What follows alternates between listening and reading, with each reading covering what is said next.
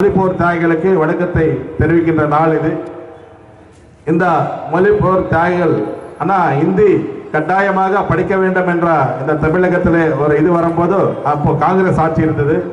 அந்த காங்கிரஸ் ஆட்சி இருக்கும் போது நம்மளுடைய தமிழுக்காக, தமிழ் மண்ணுக்காக, தமிழ்நாடுக்காக இந்த மாணவர்கள் போராடி நம்மளுடைய பல மாணவர்கள் உயிரிழந்திருக்கிறார். அவருடைய இதுதான் இன்னைக்கு நம்மளுடைய உயிர வணக்க நாளை நடத்தி கொண்டிருக்கிறோம். அன்னைக்கு அவங்க அந்த தியாகம் செய்யாம இருந்திருந்தால் இன்னைக்கு நம்ம இந்த திராவிட ஆட்சி இங்கே நம்மளுக்கு தமிழகத்தில் வந்திருக்கிறதுக்கு வாய்ப்பு இல்லை. அது வாய்ப்பு இல்லைன்னா அவங்களுக்கு புரிஞ்சிருக்கும். இன்னைக்கு தேசிய கட்சிகள் இருக்கிற மாநிலங்கள் எவ்வளவோ இருக்குது. ஆனா இந்த மாநில கட்சி இருக்கிற நாடு நம்ம தமிழக திராவிட கட்சி. இந்த திராவிட கட்சி இருந்தனால்தான் இன்னைக்கு இந்தியாவிலே அதிகமான வளர்ச்சி இருக்குது. இந்தியாவில் ஒரு நம்பர் 1 இருக்குது இன்னைக்கு தமிழ்நாடுன்னா அது காரணம் அந்த மொழிப்போர் தியாகிகள் செஞ்ச அந்த தியாகத்தினால்தான் இந்த தமிழகம் இன்றைக்கு ஒரு நல்ல ஒரு முறையிலே டெவலப் ஆயிருக்குதுன்றதுக்கு ஒரு காரணம். அதுல முக்கியமா திமுக இன்னைக்கு திமுக அன்னைக்கு இருந்தது நம்மளுடைய அண்ணன் அண்ணா அவர்கள்.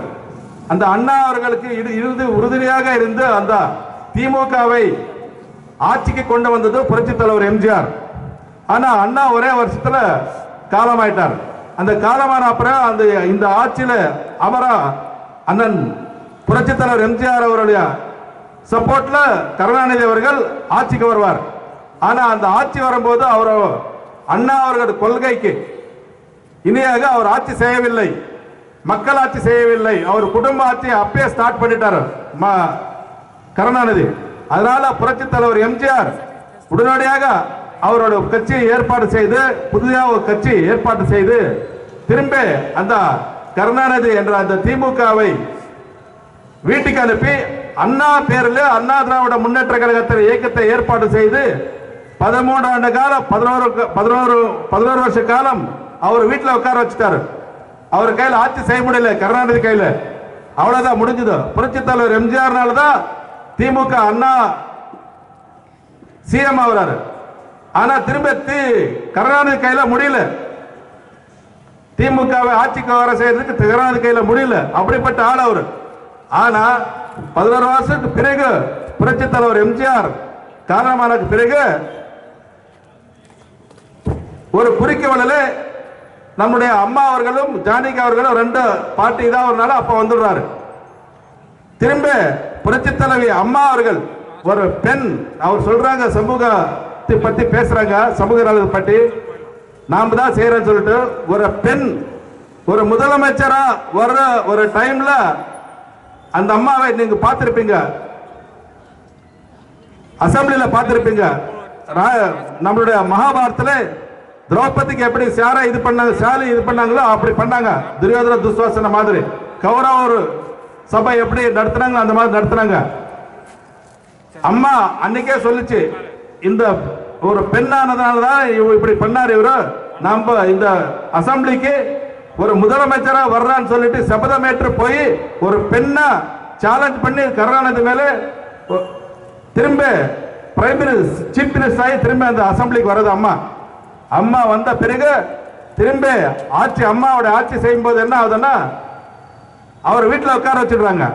திரும்ப அம்மாவுடைய அது ஒரு ஒரு ஒரு ஒரு டைம் என்ன ஆகுதுன்னா ஆட்சியில் கொஞ்சம் மாற்றங்கள் ஏற்படுறதுனால திரும்ப பொய் வாக்குறுதிகள் சொல்லி ஆட்சிக்கு வந்துடுவார்.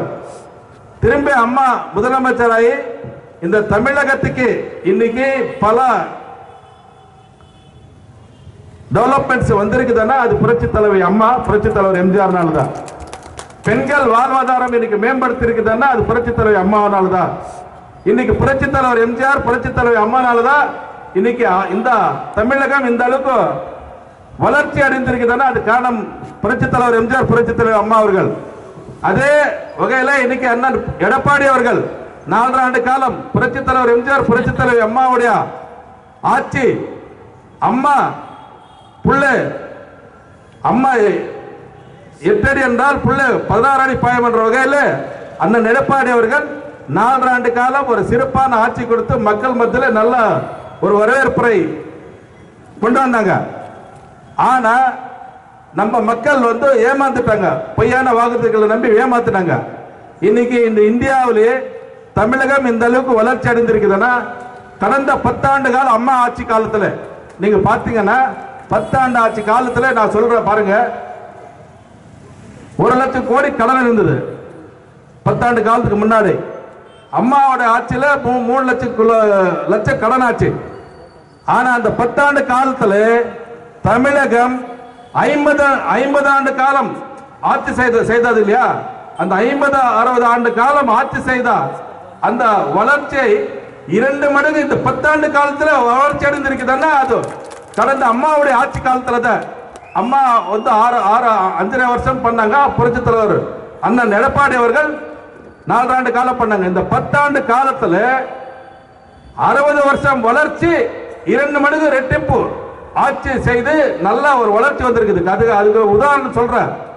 நம்மளுடைய வேளாண்மையில நீங்க பார்த்திருப்பீங்க, அன்னைக்கு நம்ம புட்கிரைன்ஸ்னா நம்ம தானிய உற்பத்தியில 70 லட்சம் மெட்ரிக் டன் இருந்தது.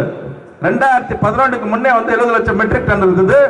அம்மாவோட ஆட்சி காலம், அண்ணன் எடப்பாடி அவர் ஆட்சி காலத்துல 1,30,00,000 மெட்ரிக் டன் உற்பத்தி பெருகிருக்குதுன்னா விவசாயத்துல 50-60 வருஷமா செய்தது அப்படியே 2 மடங்கு அதிகமானது.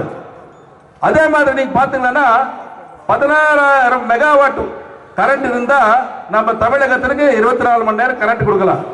2011 முன்ன 2011க்கு முன்னே கொடுத்திருக்கலாம். ஆனா இவங்க அந்த டெவலப்மெண்ட் பண்ண முடியல. அவர் கையில கொடுக்க முடியல. 8 மணி நேரம் 10 மணி நேரம் கரண்ட் இல்ல தமிழகத்துல. அந்த 16,000 மெகாவாட் கரண்ட் கொடுக்கறதுக்கு யோகத்தை இல்லாம 7-8 மணி நேரம் கரண்ட் கட் ஆயிட்டு இருந்துச்சு அவருக்கு ஆட்சி காலத்துல. 2006ல இருந்து 2011 வரைக்கும் நீங்க பார்த்திருப்பீங்க, கரண்டே இல்ல. ஆனா அம்மாவுடைய ஆட்சி காலத்துல அந்த 16,000 மெகாவாட் மட்டும் அல்ல, 16,000 மெகாவாட் உற்பத்தி இருந்ததை 32,000 மெகாவாட்டாக உற்பத்தி உயர்த்தி, ஆனா நீங்க கணக்கு போட்டோம் 16,000 மெகாவாட் போதும் 2011 வரைக்கும். ஆனா அம்மாவோட ஆட்சி காலத்தை திரும்ப அந்த யூஸ் பண்றது அது பயன்படுத்துறது 32,000 மெகாவாட் ஆச்சு. அந்த 32,000 மெகாவாட் உற்பத்தி டெவலப் பண்ணி நம்ம 24 மணி நேரம் கரண்ட் கொடுத்து 200 யூனிட் கரண்ட் ஃப்ரீயா கொடுத்தது அம்மா எல்லா மக்களுக்கு. அதே மாதிரி 10 ஆண்டு காலம் ஒரே இல்லாத பட்ஜெட், ஒரே இல்ல. எந்த சரக்கு மேல அம்மா ஏத்தல, கரண்ட் ஏத்தல, எந்த டாக்ஸ் போடல, அந்த மக்கள் மேல எது வரி போடல. 10 வருஷ காலம் பட்ஜெட், அந்த பட்ஜெட்ல ஒரே இல்லாத பட்ஜெட் போட்டது 10 வருஷம் புரட்சி தலைவர் அம்மா, புரட்சி அண்ணன் எடப்பாடி அவர்கள் தான். இன்னைக்கு இவங்க விலைவாசி ஏத்திருச்சேன்னு சொல்லிட்டு நம்ம மேல சொல்லிட்டு இருந்தாங்க. நம்ம எதுவுமே ஏத்தல. இன்னைக்கு பஸ் கட்டணம் ஏத்தியாச்சு, வீட்டு கட்டணம் ஏத்தியாச்சு, மின்சார கட்டணம் ஏத்தியாச்சு, பால் விலை ஏத்தாச்சு, அத்தியாவசர பொருட்கள் விலை எல்லாமே ஏத்தியாச்சு. எல்லாமே ஏத்திட்டு இன்னைக்கு மக்கள் மேல சுமார் 5,000 இருந்து 10,000 ஒரு சாமானிய ஒரு குடும்பத்துக்கு 5,000 இருந்து 10,000 ரூபாய் இன்னைக்கு அதிகமா செலவாயிட்டு இருக்குது. அவங்க ஆட்சிக்கு வரும்போது என்ன சொன்னாங்க, நாங்க எந்த வரி போட மாட்டோம், எந்த இது ஏத்து மாட்டான்னு சொன்னாங்க. மாசம் 1,000 ரூபாய் கொடுக்குறான்னு சொன்னாங்க. இன்னைக்கு அவங்க ஆட்சிக்கு வந்த உடனே இந்த வரியை ஏத்தி நம்ம கிட்ட 5,000 ரூபாய் வாங்கிட்டாங்க. 5,000 இருந்து 10,000 ரூபாய் இப்ப ஒரு வீட்டுக்கு எடுத்துட்டாங்க. 30 மாசம் ஆன அப்புறம் இப்ப எம்பி எலெக்ஷன் வருது. அவங்க சொன்ன வாக்குறுதியில 2,20,00,000 இந்த ரேஷன் கார்டு இருந்தா 1 கோடி ரேஷன் கார்டுக்கு 1,000 ரூபாய் இப்ப கொடுத்துட்டு இருக்கிறாங்க இந்த எலெக்ஷனுக்காக. ஆனா எல்லாம் பொய் சொல்லி ஆட்சிக்கு வந்து இன்னைக்கு மக்கள் இடத்துல எல்லாம் சுரண்டி எடுத்து இன்னைக்கு ஆட்சி செய்து கொண்டு 1,000 ரூபாய் கொடுக்குறாங்க. இப்ப அது யார் யார் கொடுக்குறாங்க தெரியல. சரின்னா 1 கோடி குடும்பம் கொடுக்குறான்னு சொல்றாங்க, யார் யார் கொடுக்குறாங்க தெரியல. ஆனா அம்மாவுடைய ஆட்சியில 4 லட்சம் கோடி கடன் இருந்துச்சு, இல்லன்னு சொல்லல. ஆனா அம்மாவுடைய ஆட்சியில எப்படிப்பட்ட நலத்திட்டங்கள், மிக்சி கிரைண்டர் பேன் கொடுத்தாங்க எல்லா மக்களுக்கு. அம்மாக்கு எதிராக லாபம் இருக்குது. அதனால ஆடு மாடு வளர்ப்பு திட்டம் கொடுத்தாங்க, ஆடு மாடெல்லாம் கொடுத்தாங்க கிராமப்புறங்களில் இருக்கிற பெண்களுக்கு. அம்மாக்கு எதாவது லாபமா? மாணவர்களுக்கெல்லாம் லேப்டாப் கொடுத்தாங்க, +1 +2 படிக்கிற மாணவர்களுக்கு லேப்டாப் கொடுத்தாங்க. அம்மாக்கு எதனா லாபமா? அதுல மக்களுக்கு தான், அது மக்கள் பயன்படுத்திட்டு தானே. அதே மாதிரி தாலிக்கு தங்கம் திட்டம் கொடுத்தாங்க. அந்த திட்டங்கள் இன்னைக்கு இருக்குதா? இல்ல. சரி, இன்னைக்கு அண்ணன் எடப்பாடி அவர்கள் எப்படிப்பட்ட வேலைகள் செய்திருக்காரு. இன்னைக்கு தமிழ்நாட்டிலே இல்ல அந்த அளவுக்கு உள்கட்டமைப்பு வசதிகளை உருவாக்கிய அண்ணன் அண்ணன் சொல்றாரு 3 லட்சம் கோடி கடன் நம்ம செஞ்சிருந்த உண்மைதான் இல்லைன்னு சொல்லல. 11 லட்சம் கோடி மதிப்பிலான உள்கட்டமைப்பு வசதிகள் உருவாக்கிய தலைவர் அண்ணன் எடப்பாடி அவர்கள். சும்மா எது இல்ல, எந்த கிராமத்துக்கு ரோடு இல்ல சொல்லுங்க. அண்ணன் எடப்பாடி அவர் காலத்துல எந்த கிராமத்துல, எல்லா கிராமத்துக்கு ரோடு, எல்லா இடத்துல பிரிட்ஜஸ் போட்டாச்சு, எல்லா ஏரிகளும் தூர்வாராச்சு, எல்லா குடிமராமத்து திட்டம் பல ஆயிரக்கணக்கான ஏரிகள் தூர்வாரி இன்னைக்கு நிலத்தடி தண்ணி மேலுக்கு வந்திருக்குதுன்னா அது காரணம் அண்ணன் எடப்பாடி அவர்கள். அது மட்டுமல்ல, இன்னைக்கு 11 மெடிக்கல் காலேஜ், அக்கா சொன்னாங்க 11 மெடிக்கல் காலேஜ் கொடுத்தாங்க ஒரே வருஷத்துல. இப்ப இங்க வந்து 3 வருஷம் ஆச்சு, ஒரு மெடிக்கல் காலேஜ் இல்ல, ஒரு காலேஜும் இல்ல. இப்ப எதுவுமே செய்யல, அவங்க எதுவுமே செய்ய முடியாது. அவங்க கையில எல்லாம் அவங்க கொள்ளையடிக்கிறது தான். அவங்க வந்து மக்கள் மேல அவருக்கு ஆசை கிடையாது. மக்களே சுரண்டி அவங்க குடும்பத்தை மேம்படுத்துறதுதான் அவருடைய நோக்கம், வேற எதுவுமே இல்லை. இன்னைக்கு இந்தியாவிலே 7வது பணக்காரர்கள் இருக்குது அந்த குடும்பம். எப்படி வந்தாங்க எல்லாம் சொல்றாங்க. திருட்டு ரயில் ஏறி வந்தவங்க, அவங்க சென்னைக்கு திருட்டு ரயில் ஏறி வந்தாங்கன்னு சொல்றாங்க. நாம எல்லாம் பார்த்தது கிடையாது சொல்றாங்க, எல்லாம் பெரியவங்க எல்லாம் சொல்றாங்க. அப்படிப்பட்ட வந்தவங்களும் இன்னைக்கு 7வது பணக்காரர் அந்த குடும்பம். அக்கா சொன்னாங்க, இன்னைக்கு இளைஞர் மாநாடு போட்டாங்க எங்கே சேலம்ல. சேலம்ல போட்ட அந்த மேடலை பார்த்தா எல்லா குடும்பக்காரர் தான் இருக்காங்க, யாரும் இல்ல. மாமா, மச்சா, தம்பி, அக்கா அப்படிதான் இருக்கிறாங்க எல்லாம் பூரா. அதான் அக்கா சொன்னாங்க, அவங்களுக்கு எல்லாம் இது கொடுத்துட்டு இருந்தாங்கன்னு சொல்லிட்டு எல்லாம் அவங்களே மாத்திக்கிறது தான், யாரும் எதுவும் செஞ்சுக்க முடியாது. இன்னைக்கு துணை அவருக்கு முதலமைச்சரா ஸ்டாலின் இருக்கிறாரு. இன்னும் ஒரே டைம் ஆயிருக்கிறது யாரு, உதயநிதி. அவருக்கு இமிடியேட்டா எதுக்கு மந்திரி கொடுக்கணும்? இந்த மாவட்டத்தில் யாராவது மந்திரி இருக்காரப்ப? இப்ப அம்மா எனக்கு மந்திரி கொடுத்தாரு, ஒரு சாதாரணமா குடும்பத்தில் பிறந்த எனக்கு ஒரு மந்திரி கொடுத்தாரு. இன்னைக்கு இந்த டிஸ்ட்ரிக்ட் மட்டும் இல்ல, தர்மபுரியில இல்ல, கிருஷ்ணகிரியில இல்ல, சேலம்ல இல்ல, எங்குமே மந்திரி இல்ல. யாரோ ஒருத்தர் போட்டு சுத்திட்டு இருக்கிறாங்க. ஏன் இந்த மாவட்டத்தில் இருக்கிறவங்களுக்கு யோகத்தை இல்லையா? மந்திரி அவருக்கு யோகத்தை இல்லையா? எல்லாரும் அவங்க செய்ய மாட்டாங்களா? அவங்க பையன் தான் யோகியமான ஒரு ஆளா? திரும்ப அவரை துணை முதலமைச்சரா செய்யணும்னு நினைக்கிறாங்க.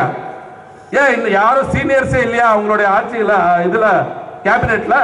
எப்படிப்பட்ட ஜாவானங்கள் இருக்கிறாங்க, யாரும் இல்லையாப்பா? அவர் துணை முதலமைச்சரா செய்யறா அவர் யாருமே நம்ப மாட்டாங்க. அவர் கூட இருக்கிற பல வருஷமா அவர் கூட பயணம் செய்து கொண்டிருக்கிற தொண்டர்களும் நம்புறதில்ல, லீடர்ஸ் யாருமே நம்புறதில்ல.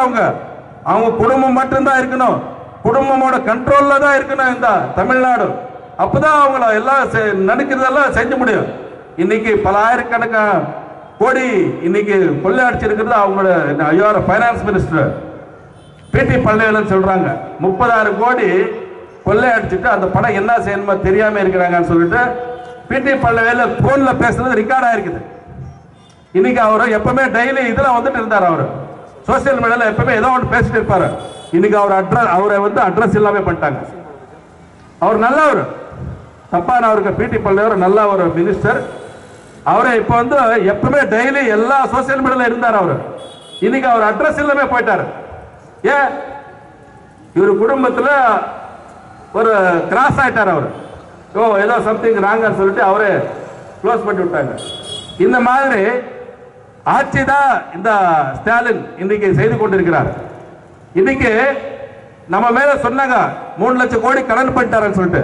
இன்னைக்கு அவர் வந்து 30 மாசம் தான் இருக்குது, 3 வருஷம் இருக்குதான்னு வச்சுக்கோங்க. 2.25 லட்சம் கோடி கடன் செய்திருக்கிறாரு. இந்த வசூல் எதனா செய்திருக்காரா? நம்ம ஆட்சி காலத்தில் எவ்வளவு செஞ்சிருக்கிறார்?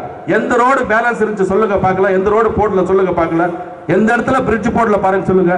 இன்னைக்கு நம்ம போட்டிருக்கிற ரோடு அந்த குழிக்கு பேட்ச் போட முடியல, இவங்க கையில பேட்ச் போட முடியல வசூல்ல. நீங்க வசூல்ல பார்த்துருக்கீங்க, எந்த ரோட்ல போறோம் எல்லா ரோடும் குழிந்த பள்ளம் தான், எதுவுமே செய்ய முடியல.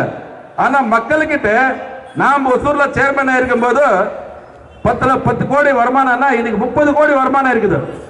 ஆனா 2 மடங்கு அதிகமா வருமானம் இருக்குது. ஆனா இங்க டெவலப்மெண்ட் என்ன இருக்கு சொல்லு பார்க்கலாம், ஒண்ணுமே இல்ல. காரணம் நாங்க வந்து 30 லட்சத்துல குப்பை எல்லாம் ஒசூர்ல இருக்கிற குப்பை எல்லாம் எடுத்துட்டு போய் ஒசூர்ல இருந்து வெளியில போட்டு இருந்தா இன்னைக்கு 1.5 கோடி செலவு பண்றாங்க அதுக்கு. ஆனா குப்பையெல்லாம் வசூலா இருக்குது. அப்ப என்ன அர்த்தம்? அந்த 1.5 கோடி மாசத்துக்கு கொள்ளை எடுக்கிறாங்கன்னு தானே அர்த்தம். வேலை செய்யல. அதே மாதிரி இன்னைக்கு இப்ப இருக்கிற லைட் எல்லாம் கழட்டிட்டு 2000 ரூபாய் லைட் 8000 ரூபாய் பில்லு போட்டு பல கோடி இன்னைக்கு இந்த முனிசிபாலிட்டியில் ஏமாத்திட்டு இருக்கிறாங்க. மக்கள் பணம். நாம் இருக்கும்போது எவ்வளவு பசுமை பார்க் எல்லாம் பண்ணிருந்தா. இன்னைக்கு ஒரு பார்க் எதனா நம்ம செஞ்சிருக்கிற பார்க்கே பசுமை இல்லை, எல்லாம் காஞ்சி போச்சு, எல்லாமே மெயின்டைன் இல்லாம போச்சு.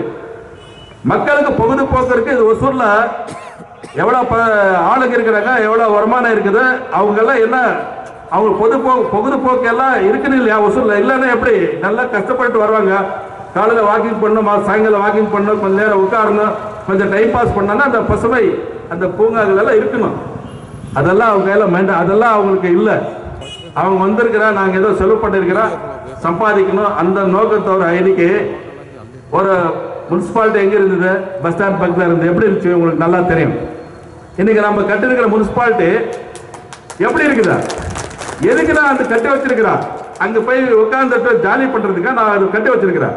அந்த இடத்துல உட்கார்ந்து ஒரு நல்ல மக்களை இந்த ஒசூர் மக்களை சிந்திச்சு இந்த மக்களுக்கு என்ன செய்யணும்ன்றது அந்த அட்மாஸ்பியர் அந்த வாத்தாவரணத்தை தான் அங்க நான் உருவாக்கி விட்டு இருக்கிறேன்.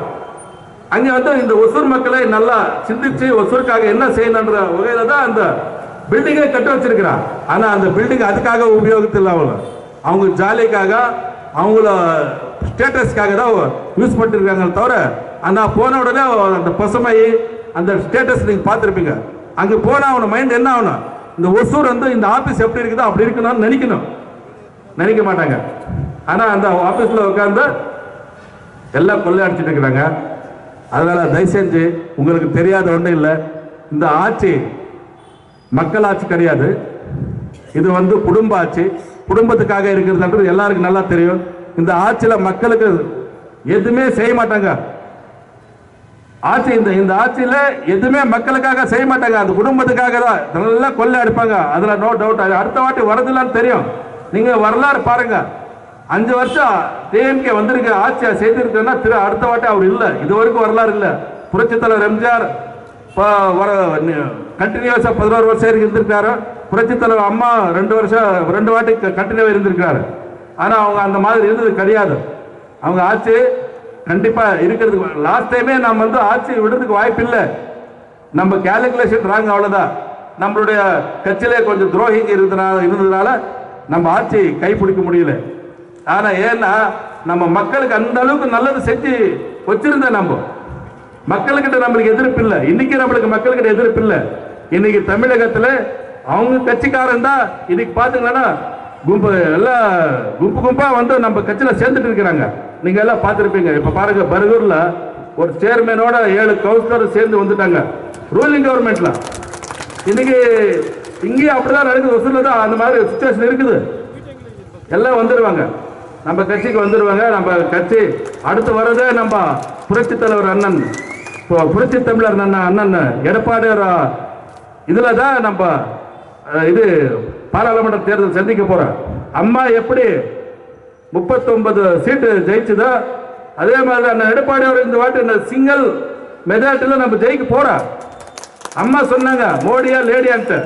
இப்ப அண்ணா இதுல அப்படிதான், மோடியா எடப்பாடியா அவ்வளவுதான், முடிஞ்சது. பார்க்கலாம், ஒன்றும் பிரச்சனை இல்லை. மக்கள் தமிழ்நாடு மக்கள் எல்லாம் அவ்வளவு சாதாரணமான கால்குலேஷன் போட முடியாது. நம்ம இன்னைக்கு நம்ம எடப்பாடி பக்கம் எல்லாம் மக்கள் எல்லாம் இருக்கிறாங்க. வர்ற பாராளுமன்ற தேர்தலில் மக்கள் வந்து நம்மளுக்கு நல்லா ஓட்டு போட்டுவாங்க, ஜெயிப்பாங்கன்றதுல சந்தேகம் இல்லை. நம்ம எல்லாம் என்னன்னா நம்மளால ஒற்றுமையாக இருந்து நம்ம நல்லா இந்த பூத்ஸ் கமிட்டியில் எல்லாமே நல்லா ஒரு இதாக இருந்து நம்ம வேலை செஞ்சா கண்டிப்பாக இந்த வாட்டி நம்ம பாராளுமன்ற தேர்தலில் நம்ம வெற்றி அதிகமான சீட்டு வாங்குறதுக்கு வாய்ப்பு இருக்குது. அது இல்லாமல் நம்ம கிருஷ்ணகிரி வந்து உங்களுக்கு நல்லா தெரியும், நம்ம நல்லா ஒரு மெஜாரிட்டியில் ஜெயிக்க வச்சு நம்ம யார். செய்திகளை உடனுக்குடன் தெரிந்து கொள்ள நமது அம்மா இணையதள தொலைக்காட்சியை சப்ஸ்கிரைப் செய்து அருகில் உள்ள பெல் ஐக்கானை